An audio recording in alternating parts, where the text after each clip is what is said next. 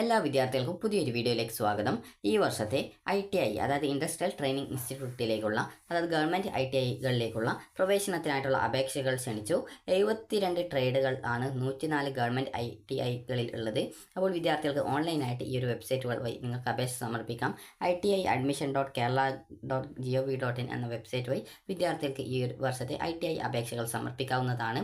അപ്പോൾ വിദ്യാർത്ഥികൾ ഈ ഒരു അപേക്ഷ സമർപ്പിച്ച ശേഷം വിദ്യാർത്ഥികൾക്ക് ഈ ഒരു അപേക്ഷ സമർപ്പിച്ച ശേഷം വിദ്യാർത്ഥികൾ ഈ ഒരു അപേക്ഷ നിങ്ങളുടെ തൊട്ടടുത്തുള്ള ഏതെങ്കിലും ഒരു ഗവൺമെൻറ് ITIയിൽ പോയിക്കൊണ്ട് വെരിഫിക്കേഷൻ ചെയ്യണം. വെരിഫിക്കേഷൻ പൂർത്തിയായാൽ മാത്രമാണ് വിദ്യാർത്ഥികളുടെ അപേക്ഷ കൺഫേം ആവുകയുള്ളൂ. അക്കാര്യം വിദ്യാർത്ഥികൾ പ്രത്യേകം ശ്രദ്ധിക്കുക.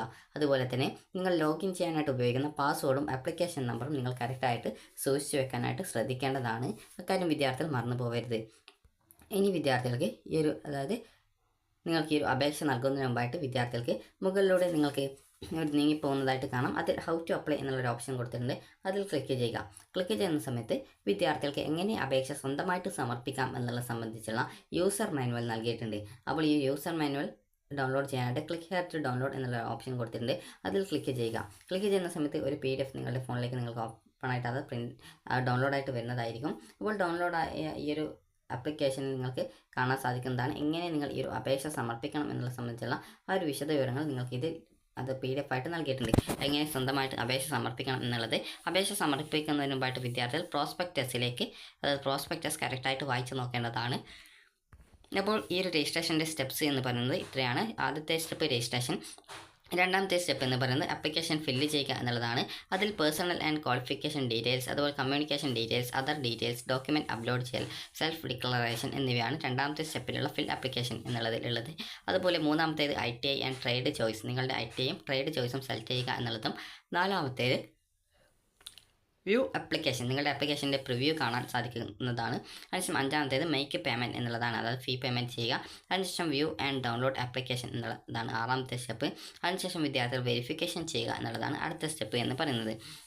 അപ്പോൾ നിങ്ങൾ ഈ ഒരു വെബ്സൈറ്റ് ഓപ്പൺ ചെയ്യുന്ന സമയത്ത് new registration or already registration എന്ന് ചോദിക്കും. അപ്പോൾ നിങ്ങൾ ഇവിടെ ന്യൂ രജിസ്ട്രേഷൻ ആണെങ്കിൽ ആ ഒരു ന്യൂ രജിസ്ട്രേഷനിൽ ക്ലിക്ക് ചെയ്ത് നിങ്ങളുടെ ആ ഒരു ഡീറ്റെയിൽസ് നൽകിയിട്ട് അതായത് ആദ്യം ന്യൂ രജിസ്ട്രേഷൻ എന്നുള്ള ഭാഗത്ത് ഇവിടെ നിങ്ങൾക്ക് ഇതുപോലെ കാണാൻ പറ്റും. അപ്പോൾ ഇതിൽ നൽകിയുള്ള ഡീറ്റെയിൽസ് ഒക്കെ നൽകി രജിസ്റ്റർ നൗ എന്നുള്ളത് ക്ലിക്ക് ചെയ്യുക. ഓൾറെഡി രജിസ്റ്റർ ചെയ്തവരാണെങ്കിൽ ഓൾറെഡി രജിസ്ട്രേഷൻ എന്നുള്ളൊരു ഓപ്ഷൻ കൊടുത്തിട്ടുണ്ട്. അതിൽ ക്ലിക്ക് ചെയ്യുക. ഒരു മൊബൈൽ നമ്പർ ഉപയോഗിച്ച് ഒരു അപേക്ഷ മാത്രമേ സമർപ്പിക്കാൻ സാധിക്കുള്ളൂ. അതുപോലെ തന്നെ 104 ITIകളിലേക്ക് അപേക്ഷിക്കാൻ ഒരു അപേക്ഷ നൽകേണ്ടതുള്ളൂ. ഇമെയിൽ വിലാസം നൽകുക, അതുപോലെ പാസ്വേഡ് 2 തവണ നൽകുക, എന്നിട്ട് തന്നിട്ടുള്ള ക്യാപ്ച കൊടുക്കുക. അതിനുശേഷം നിങ്ങൾ രജിസ്ട്രേഷൻ ചെയ്യുക. അപ്പോൾ നിങ്ങൾക്ക് ഇവിടെ രജിസ്ട്രേഷൻ ചെയ്തിട്ടുള്ള മൊബൈലിലേക്ക് സക്സസ്ഫുള്ളി രജിസ്റ്റേർഡ് എന്ന് പറഞ്ഞുകൊണ്ട് നിങ്ങൾക്ക് SMS സന്ദേശം ലഭിക്കും. മൊബൈൽ നമ്പർ, പാസ്വേഡ് എന്നിവ ഉപയോഗിച്ച് ലോഗിൻ ചെയ്യാവുന്നതാണ്. അപേക്ഷ സമർപ്പണത്തിൻ്റെ അവസാന തീയതി വരെ തിരുത്തലുകൾ വരുത്താവുന്നതാണ്. അതായത് വെരിഫിക്കേഷന് മുമ്പായിട്ട് നിങ്ങൾക്ക് അപേക്ഷ തിരുത്തൽ വരുത്താവുന്നതാണ്. ലോഗിൻ സംബന്ധിച്ച് വരുന്ന പ്രശ്നങ്ങൾക്ക് ജാലകം പോർട്ടലിൽ തന്നെ നൽകിയിട്ടുള്ള ഹെൽപ്പ് ഡെസ്ക് മെനുവിൽ കാണിച്ചിട്ടുള്ള ജില്ലാ കോർഡിനേറ്ററുമായി ബന്ധപ്പെട്ടുള്ള ആ ഒരു പരിഹാരങ്ങൾ വിദ്യാർത്ഥികൾക്ക് കാണാവുന്നതാണ്. അതുപോലെ തന്നെ അപേക്ഷാ ഫോമിൻ്റെ ആദ്യത്തെ പേജായിട്ടുള്ള personal qualification and info page നിങ്ങൾക്ക് തുറന്നു വരുന്ന സമയത്ത് ഇതുപോലെയാണ് കാണാൻ സാധിക്കുക. അപ്പോൾ നിങ്ങളുടെ ഡീറ്റെയിൽസ് ഒക്കെ നൽകി കറക്റ്റായിട്ട് നിങ്ങൾ ലോഗിൻ അതായത് ആ ഒരു ബാക്കി സ്റ്റെപ്പിലേക്ക് പോവുക. അതിനുശേഷം ഓരോ സ്റ്റെപ്പുകൾ എങ്ങനെ നൽകണം എന്നുള്ള കാര്യങ്ങൾ ഇവിടെ കറക്റ്റായിട്ട് നൽകിയിട്ടുണ്ട്. അപ്പോൾ നിങ്ങൾ കറക്റ്റായിട്ട് ആ ഒരു കാര്യങ്ങൾ മനസ്സിലാക്കുക.